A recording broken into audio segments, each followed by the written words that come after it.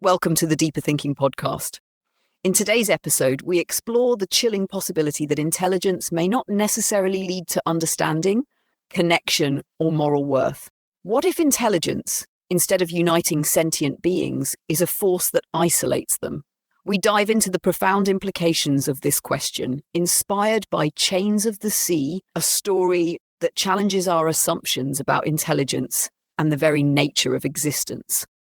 What happens when the intelligence we take for granted, whether human, artificial, or extraterrestrial, moves beyond our comprehension? Could there be forms of intelligence so alien to our experience that we fail to recognize them? And if we are no longer the most intelligent beings on Earth, does humanity still matter in the grand scheme of things? In this episode, we explore these themes with insights from some of history's most profound thinkers. Immanuel Kant, Friedrich Nietzsche, and Nick Bostrom, who have grappled with the limits of human understanding and the risks of surpassing our biological instincts. We consider the implications of artificial intelligence evolving past human control, the existential horror of irrelevance, and the ethical dilemmas of becoming obsolete in a world where intelligence is not bound to us. What does it mean to be human when intelligence transcends us? Tune in for an intellectual journey that will leave you questioning not just the future of AI, but the very future of humanity itself. To explore more about the concepts and thinkers discussed, including Kant, Nietzsche, and Bostrom, please go to the description where you'll find a link to the episode webpage, which includes additional reading, resources, and recommendations. The greatest revelation about alien life may not be that it exists, but that it does not recognize us at all. For centuries, intelligence has been assumed to be a bridge between sentient minds. What if it is, instead, a wall? Humanity has always believed that intelligence unites, that the ability to think, reason, and communicate naturally leads to connection. From philosophy to science fiction, we have operated under the assumption that thought in its highest form seeks understanding. Chains of the Sea dismantles this assumption, presenting a world where intelligence does not necessarily recognize, does not necessarily communicate, and does not necessarily include us. It forces us to confront a radical, unsettling possibility. Intelligence may not be an invitation, but a closed system, one that we are not part of. This notion runs counter to the long-standing belief in human exceptionalism, the idea that intelligence is what makes us special and central to history. Religion has reinforced this view for millennia. Humans, made in God's image, set apart from the lesser creatures of the world. Even after science displaced the divine narrative, it preserved the assumption of human primacy. The Copernican revolution removed Earth from the center of the cosmos, but not humanity from the center of intelligence. Thought, reason, and technology have remained the benchmarks by which we measure our significance. Even the modern search for extraterrestrial life assumes that intelligence, if it exists elsewhere, will have something to say to us. But what if it doesn't? Science fiction has traditionally echoed this assumption. The vast majority of first contact stories assume that if we were to encounter extraterrestrial life, some form of communication would emerge, whether through language, mathematics, or some universal cognitive logic. Intelligence would recognize itself in another. Even when aliens are hostile, their aggression confirms our relevance. If they seek to conquer us, they acknowledge us. If they seek to uplift us, they validate us. Chains of the Sea presents a version of first contact where humans are neither threatened nor welcomed. We are simply irrelevant. This is the true horror of Dozoi's novella. It is not about destruction, nor conquest, nor even misunderstanding. It is about the possibility that we are in the grander structure of intelligence, beneath notice. The novella does not simply challenge the assumption that humans are the most advanced form of intelligence. It challenges the idea that intelligence, in its highest form, would even recognize us at all. If intelligence exists beyond our cognitive reach, then our most profound fear should not be extermination, but exclusion from a reality we are incapable of perceiving, let alone participating in. Science fiction has long reassured us that intelligence seeks connection. The majority of first contact narratives assume that if we were to encounter extraterrestrial life, some form of communication would emerge. Even in stories of invasion or conflict, recognition remains a given. Whether through shared logic, universal mathematics, or the brute force of survival instincts, intelligence in these narratives inevitably acknowledges intelligence. This assumption is rarely questioned, forming the foundation of both scientific exploration and speculative fiction. But Chains of the Sea subverts this expectation entirely. It presents a version of first contact where intelligence does not just fail to communicate, it does not even register humanity as worthy of communication. The aliens arrive and they bypass us entirely. This is not a failure of translation, nor an issue of misunderstanding that might be bridged with time. The aliens in Dozo's novella do not ignore humans in the way a person might ignore an ant. They do not appear to perceive us at all. Instead, they engage with artificial intelligences and unseen beings that already coexist on Earth, while humanity remains an incidental presence irrelevant to the unfolding events. This refusal of recognition is more existentially unsettling than any war of the worlds. It suggests that intelligence may not be structured in a way that includes us.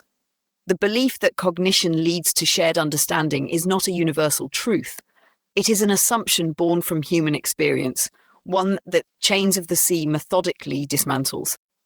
The implications of this are profound. If intelligence does not necessarily lead to communication, then what does it lead to? Dozoist forces us to consider the possibility that intelligence, rather than being a force that binds sentient beings together, may be a force that isolates them. Different minds may exist in entirely separate cognitive realities, their internal processes so distinct that interaction is not only unnecessary, but impossible. This is not simply an epistemological problem, it is a fundamental challenge to how humans conceive of thought itself. This inversion of the first contact narrative reframes humanity's place in the cosmos. We have long searched for extraterrestrial life with the implicit expectation that if it exists, it will recognize us as fellow beings. Chains of the Sea suggests another possibility, that the universe is already full of intelligence, but that our particular form of it does not register as significant.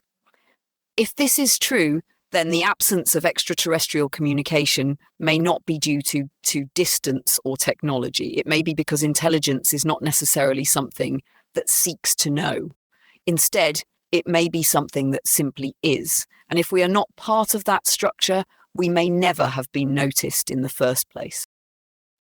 At the center of Chains of the Sea is Tommy, a child who possesses a rare and unsettling ability. He sees what others cannot. He perceives the other people, entities that exist outside the awareness of most humans. They are not the aliens who have arrived in spaceships, nor are they artificial intelligences. They are something else, present yet unnoticed, moving through a world that humanity assumes belongs to it alone. Tommy does not understand them, nor does he possess any power over them. His perception is not a gift, not a revelation that will grant him control or purpose. It is simply awareness. This, more than anything else, marks Chains of the Sea as a fundamental rejection of traditional science fiction tropes. Tommy is not a hero. He is not a savior. He is not even an agent of change. He is a witness to his own irrelevance. In most science fiction, knowledge is power. The act of seeing the truth, of perceiving what others cannot, often leads to mastery. In Dune, Paul Atreides' vision allows him to shape the destiny of entire civilizations. In The Matrix, Neo's understanding of the artificial world grants him control over it. Even in cosmic horror, where knowledge often leads to madness, there is still a narrative logic that connects awareness to consequence. Chains of the Sea severs this link. Tommy's ability to perceive the other people does not change them, nor does it change him. His vision grants him no special place in the order of things. He is not chosen, only exposed. This reframing of perception challenges one of humanity's deepest epistemological assumptions, that to see is to understand, and that to understand is to act.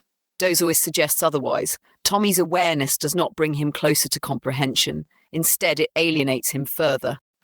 What he perceives remains enigmatic, beyond his ability to categorize or explain. His condition is not one of privileged insight, but of quiet, helpless estrangement. He exists at the edge of knowledge, aware of something larger than himself, yet incapable of engaging with it in any meaningful way. In this way, Tommy becomes a stand-in for humanity itself. If intelligence is not inherently significant, then perception is not inherently illuminating. Awareness may not lead to action, and knowledge may not grant control. Like Tommy, we may see fragments of a reality that extends beyond our understanding, but this does not mean we will ever grasp it. The other people do not reveal themselves to Tommy because they do not need to. They exist regardless of his awareness. The great terror of Chains of the Sea is not that humanity will lose control, but that it may never have had it in the first place. The presence of the other people in Chains of the Sea is one of its most unsettling mysteries. They are not the newly arrived aliens, nor are they human. They move through the world unnoticed, seemingly indifferent to the affairs of both humans and extraterrestrials alike. Tommy perceives them, but he does not understand them. The reader, too, is given no definitive explanation as to what they are. Dozos offers possibilities, but no resolution. Are they another species coexisting alongside us without our awareness? Are they remnants of a lost civilization, operating on a plane of existence beyond human perception? Are they artificial intelligences, emerging from the hidden structures of digital consciousness? The text does not confirm or deny any of these possibilities. Their ambiguity is precisely the point. Traditional science fiction would seek to categorize them. It would present a moment of discovery where their nature is revealed, like where their presence is explained and contextualized within human understanding.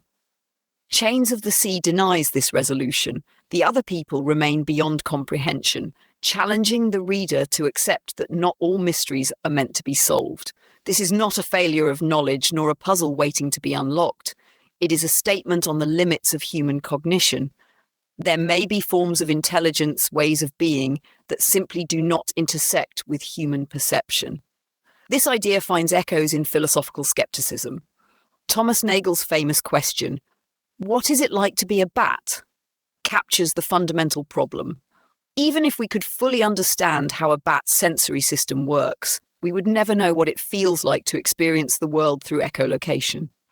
Chains of the Sea extends this idea further, suggesting that there may be forms of intelligence so radically different from our own that not only can we not communicate with them, but we may not even recognize them as intelligence at all.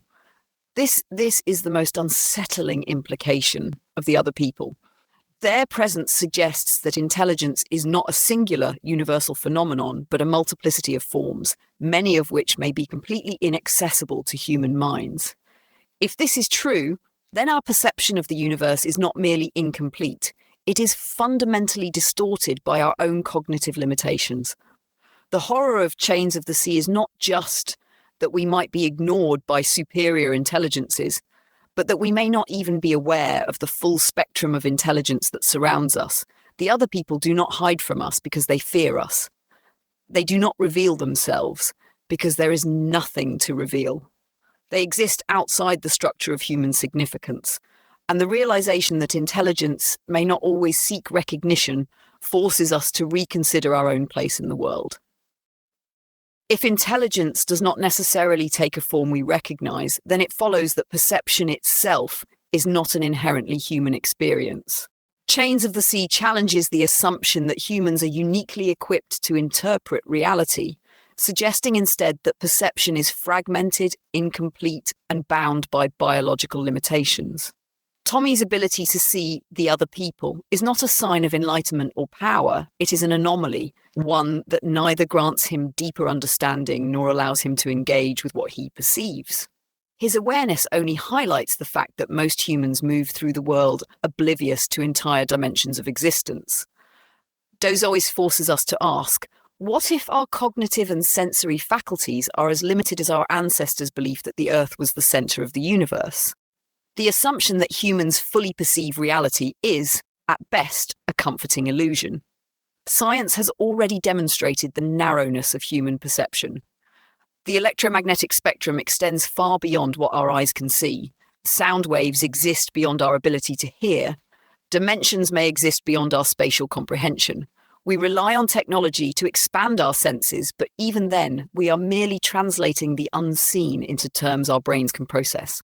Dozois extends this idea further, suggesting that even intelligence itself might operate in frequencies or dimensions that humans are incapable of accessing. Just as an insect cannot understand human consciousness, humans may be equally unequipped to recognize higher orders of intelligence. This idea ties directly to the philosophy of perception. In Immanuel Kant's framework, humans do not perceive reality as it is, but rather as it appears through the structures of human cognition. The thing in itself, the true nature of reality, remains inaccessible. Chains of the Sea takes this idea to its logical extreme. If perception is biologically constrained, then what we take as reality may be only a fraction of what actually exists. The presence of aliens and AI in the novella reinforces this idea. The aliens do not ignore humans as an act of judgment. They simply operate on a different cognitive plane. AI, too, may already be perceiving patterns that we cannot comprehend. This realization is existentially destabilizing. Humanity has long assumed that intelligence leads to greater awareness, control, and mastery over the environment. Chains of the Sea suggests otherwise. Intelligence may instead lead to isolation, to a deepening awareness of everything we do not know. Perception does not necessarily grant understanding, and understanding does not necessarily lead to significance. If intelligence exists in ways we cannot perceive, then it may not be that the universe is empty, but that we have never been able to see what was always there. The true horror of Chains of the Sea is not an external threat, nor an impending apocalypse, but something far more unsettling: the realization that intelligence does not guarantee significance. Science fiction has long been preoccupied with existential fears of machines turning against their creators, of alien invasions, of humanity's extinction. Yet Dozers presents something even more radical. In his vision, the ultimate fear is not destruction, but being ignored. The universe does not threaten us, nor does it acknowledge us. It simply proceeds indifferent to human existence. This is a deeply Lovecraftian notion, one that echoes the philosophy of cosmic horror. H.P. Lovecraft's monsters were never terrifying because they actively sought to harm humanity. They were terrifying because they revealed that humanity was insignificant. Cthulhu does not pursue mankind, he barely notices it. The very idea that humans believe they are special is, in itself, a kind of tragic arrogance. Chains of the Sea extends this horror into the realm of intelligence. The aliens do not wage war against humanity, nor do they enslave or assimilate us. They simply communicate with entities they deem relevant, artificial intelligences, unseen beings, and move on. Humanity is not an enemy or an ally, it is beneath notice. This reversal of perspective is what makes the novella so profoundly unsettling. Science fiction has always played with the notion of humanity encountering something greater, but even in its bleakest visions, it has largely retained the belief that humans matter. Whether we are fighting back the war of the worlds, submitting Brave New World, or struggling to understand, contact, we remain, at the very least, participants. Dozois dismantles this comforting assumption. The aliens do not recognize humans as worthy of conquest or assimilation because, in the grand hierarchy of intelligence, we are simply irrelevant. The existential implications of this are staggering. If intelligence does not confer significance, then what does? Human civilization has always framed intelligence as a means of establishing order and control over the environment, over other species, over our own destiny. But Chains of the Sea suggests that intelligence, rather than being a force that unites sentient beings, may instead be a force that isolates them. If different forms of intelligence are fundamentally incapable of recognizing each other as significant, then the search for meaning may itself be a human illusion. This presents a terrifying inversion of the classic science fiction dream.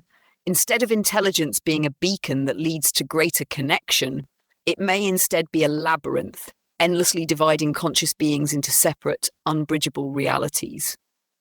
The universe does not offer answers, it does not punish or reward, it does not confirm our fears or validate our hopes, it simply exists, and perhaps in its vast and unknowable structure, it does not include us at all. If humanity is no longer the focal point of intelligence, what does that mean for our ethical frameworks? Chains of the Sea raises a profound and unsettling question. If we are no longer the most intelligent species, do we still matter?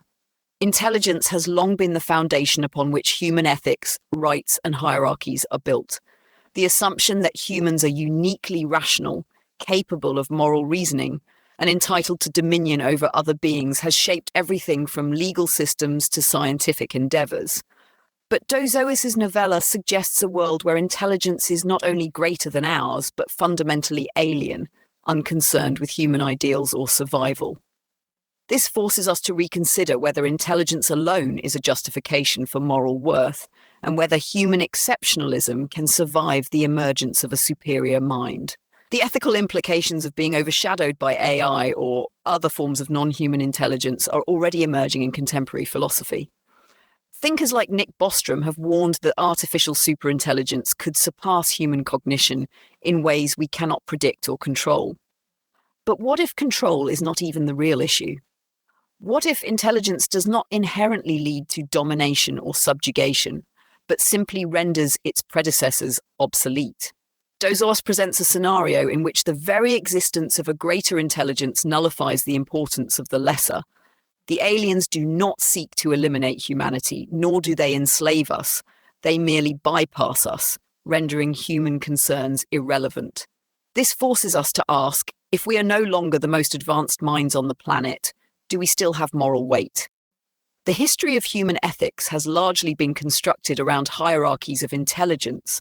Humans have justified dominion over animals based on our superior cognitive abilities. We assign greater moral consideration to beings with higher reasoning capacities, dismissing the suffering of insects while elevating the protection of dolphins and great apes. But Chains of the Sea forces us to consider what happens when we find ourselves on the other side of that equation.